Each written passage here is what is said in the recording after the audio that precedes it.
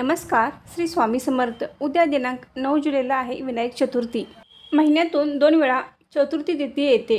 अमावस्येनंतर येणाऱ्या शुक्ल पक्षातील चतुर्थीला विनायक चतुर्थी असे म्हणतात, तर पौर्णिमेनंतर येणाऱ्या कृष्ण पक्षातील चतुर्थीला संकष्टी चतुर्थी असे म्हणतात. चतुर्थी तिथी ही मंगळवारी आली तर अंगारक योग तयार होतो. मागच्या महिन्यात आलेल्या संकष्टी चतुर्थी देखील मंगळवारी आली होती. त्या दिवशी अंगारक योग होता. उद्या देखील मंगळवार आहे. हा अंगारक योग तयार होत आहे. तर हा अंगारक योग अतिशय शुभ आहे. आपण या दिवशी गणपती बाप्पांची काही विशेष सेवा करू शकतो. संकष्टी चतुर्थीचा उपवास हा बरेच जण करतात, तर काही जण विनायक चतुर्थीचा उपवासही करतात. विनायक चतुर्थीला आपण गणपती बाप्पांची कोणकोणती सेवा करू शकतो, तर या दिवशी आपण गणपती बाप्पांना अभिषेक घालू शकतो. अभिषेक घालत असताना आपण ओम गण गणपते नमा, ओम गण गणपते नमा या मंत्राचा जप करावा, किंवा आपण गणपती अथर्वशीर्ष म्हटले तरी चालेल. अभिषेक घालून झाल्यानंतर गणपती बाप्पांची विधिवत पूजा करावी. गणपती बाप्पांची विधिवत पूजा करत असताना लाल रंगाच्या कापडावर अक्षता ठेवून गणपती बाप्पांची मूर्ती त्यावर ठेवावी. गणपती बाप्पांना कापसाचे वस्त्र अर्पण करावे. गणपती बाप्पांना 11 किंवा 21 दुर्वा अर्पण कराव्यात. अष्टगंध, हळद, कुंकू, फुले अर्पण करावीत. गुळ खोबऱ्याचा नैवेद्य दाखवावा. या पद्धतीने आपण विनायक चतुर्थीला गणपती बाप्पांची विधिवत पूजा करू शकतो. गणपती बाप्पा हे विघ्नहर्ता आहेत. गणपती बाप्पांची मनोभावे सेवा केल्याने नक्कीच ते संकटातून बाहेर काढतात. तसेच गणपती बाप्पा हे विद्येचे देवता आहेत.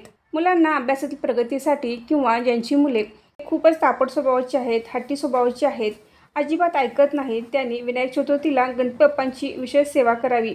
या दिवशी विधिवत पूजा झाल्यानंतर आपल्या मुलांना आपल्या जवळ बसून गणपती अथर्वशीर्ष म्हणावे. हे गणपती अथर्वशीर्ष म्हणत असताना आपण मुलांच्या डोक्यावर हात ठेवायचा आहे व 11 वेळा गणपती अथर्वशीर्ष म्हणायचे आहे. जर मुलांना डोक्यावर हात ठेवायचा नसेल किंवा मुले ऐकत नसतील, तर आपण त्यांना किमान सोबत घेऊन तरी अथर्वशीर्ष म्हणावे. 11 वेळा अथर्वशीर्ष म्हणून झाल्यानंतर आपण फलश्रुती म्हणावी. तसेच गणपती स्तोत्र म्हणावे.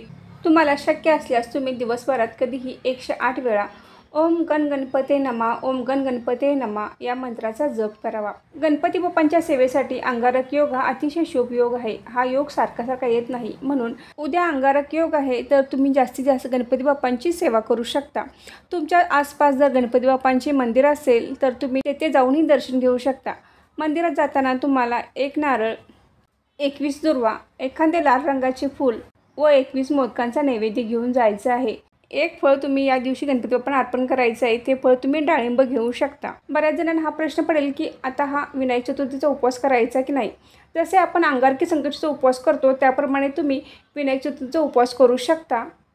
तुम्हाला जर उपवास करायचा नसेल तर तुम्ही या सेवा करू शकता. यामुळे आपल्या मुलांच्या अभ्यासातील प्रगतीसाठी खूपच चांगला उपयोग होतो. तुम्हाला उपवास करणे शक्य नाही किंवा सेवा करण्यासाठी तुम्हाला वेळ अपुरा पडत असेल, तर तुम्ही दिवसभर ओम गण गणपते नमा, ओम गण गणपते नमा या मंत्राचा सतत जप करू शकता. तुम्ही नक्कीच या सेवा करा. या सेवेमुळे तुमच्या मुलांच्या अभ्यासात नक्कीच प्रगती होईल व त्यांच्या स्वभावातही चांगलाच फरक जाणवेल. तुम्हाला माहिती कशी वाटली कमेंट करून नक्कीच नका. व्हिडिओ आवडल्यास व्हिडिओ लाईक करा, शेअर करा आणि सारिका भक्ती विश्व या यूट्यूब चॅनलला सबस्क्राईब करा. धन्यवाद.